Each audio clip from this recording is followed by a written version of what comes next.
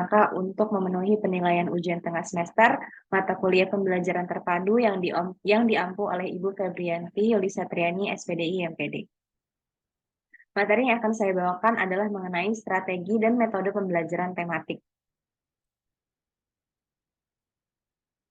Makna dari strategi pembelajaran. Definisi dari strategi pembelajaran adalah perilaku dan pemikiran yang mengacu pada situasi di mana pembelajar merasa tertekan dan dimaksudkan untuk menghambat proses pembelajaran.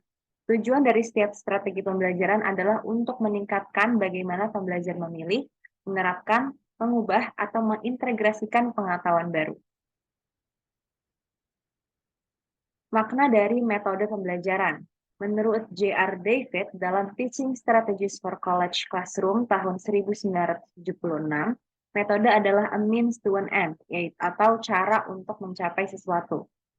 Di sini digunakan bentuk metodologi pengajaran yang paling tepat saat menjalankan strategi apapun. Sebagai hasil dari pertimbangan di atas, metode pengajaran dianggap sebagai elemen utama dari strategi pendidikan. Nah, yang selanjutnya adalah jenis-jenis strategi pembelajaran. Yang pertama ada direct instruction, yaitu termasuk dalam metodologi strategi ini yang mencakup metode ceramah, soal-soal praktis, pelajaran elaboratif, latihan soal, dan juga demonstrasi. Yang kedua adalah indirect instruction, yaitu bentuk keterlibatan siswa yang tinggi dalam observasi, penelusuran, penggambaran inferensi berdasarkan data, atau pembentukan hipotesis. Yang ketiga adalah interactive interaction, yaitu ada banyak format diskusi tingkat kelas, diskusi ukuran kelompok, atau kelompok kecil. Yang keempat ada experiential learning, yaitu berbasis pengalaman yang berfokus pada aktivitas dan siswa harus digunakan untuk mengajar. Dan yang terakhir adalah pembelajaran mandiri, yaitu metode pendidikan yang bertujuan untuk menumbuhkan inisiatif individu, peningkatan diri, dan juga kesadaran diri. Konsep dari pembelajaran tematik terpadu yaitu proses pengubah kurikulum sekolah yang menjadi kegiatan pembelajaran di kelas yang dikenal dengan istilah perencanaan pembelajaran. Pembelajaran terencana adalah strategi yang bermanfaat yang dikombinasikan dengan tindakan proaktif untuk memastikan bahwa pembelajaran berjalan dengan lancar, membentuk karakter, peradaban, dan juga meningkatkan kualitas kehidupan siswa. Perencanaan untuk pembelajaran melayani setidaknya 2 tujuan, termasuk perencanaan fungsi. Perencanaan penerapan pembelajaran tematik terpadu yaitu yang pertama elemen perencanaan. Rencana pembelajaran dibuat sebagai silabus dan rencana sesuai Permendikbud nomor 22 tahun 2016 tentang norma proses pendidikan dasar dan menengah. RPP atau rancangan pembelajaran adalah jadwal kegiatan pembelajaran tatap muka untuk 1 kali pertemuan atau lebih. Dalam RPP menggunakan kurikulum untuk memandu kegiatan belajar siswa dalam upaya memperoleh kompetensi dasar dan berdasarkan KD atau subtema yang dibahas dalam 1 pertemuan atau lebih.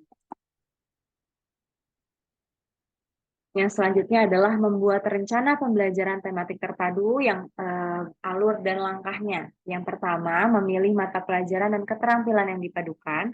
Yang kedua, menyiapkan bahan kajian, standar kompetensi, kompetensi dasar, dan juga indikator. Yaitu yang ketiga, memilih sub keterampilan yang digabungkan. Dan yang keempat, membuat indikator hasil belajar dan memilih langkah-langkah pembelajaran.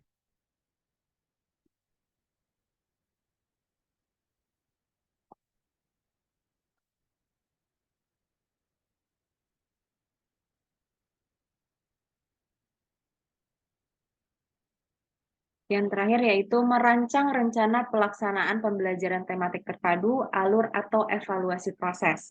Untuk menyusun komponen penilaian perlu diperhatikan beberapa langkah, yaitu yang pertama, menempatkan komponen penilaian setelah komponen langkah pembelajaran dalam RPP, dan yang kedua, membuat subkomponen penilaian yang meliputi 3 hal, yaitu teknik penilaian, bentuk penilaian, dan juga instrumen penilaian. Model fungsi dan peran guru dalam pembelajaran tematik. Yang pertama, guru sebagai demonstrator, yaitu guru menguraikan jalannya peristiwa dan yang akan memudahkan siswa untuk mengikuti pelajaran. Yang kedua, sebagai pengelola kelas, yaitu guru mampu mengelola lingkungan belajar sebagai manajer pembelajaran. dan sebagai perwakilan dari lingkungan sekolah dalam konteks kasus yang akan dihadapi.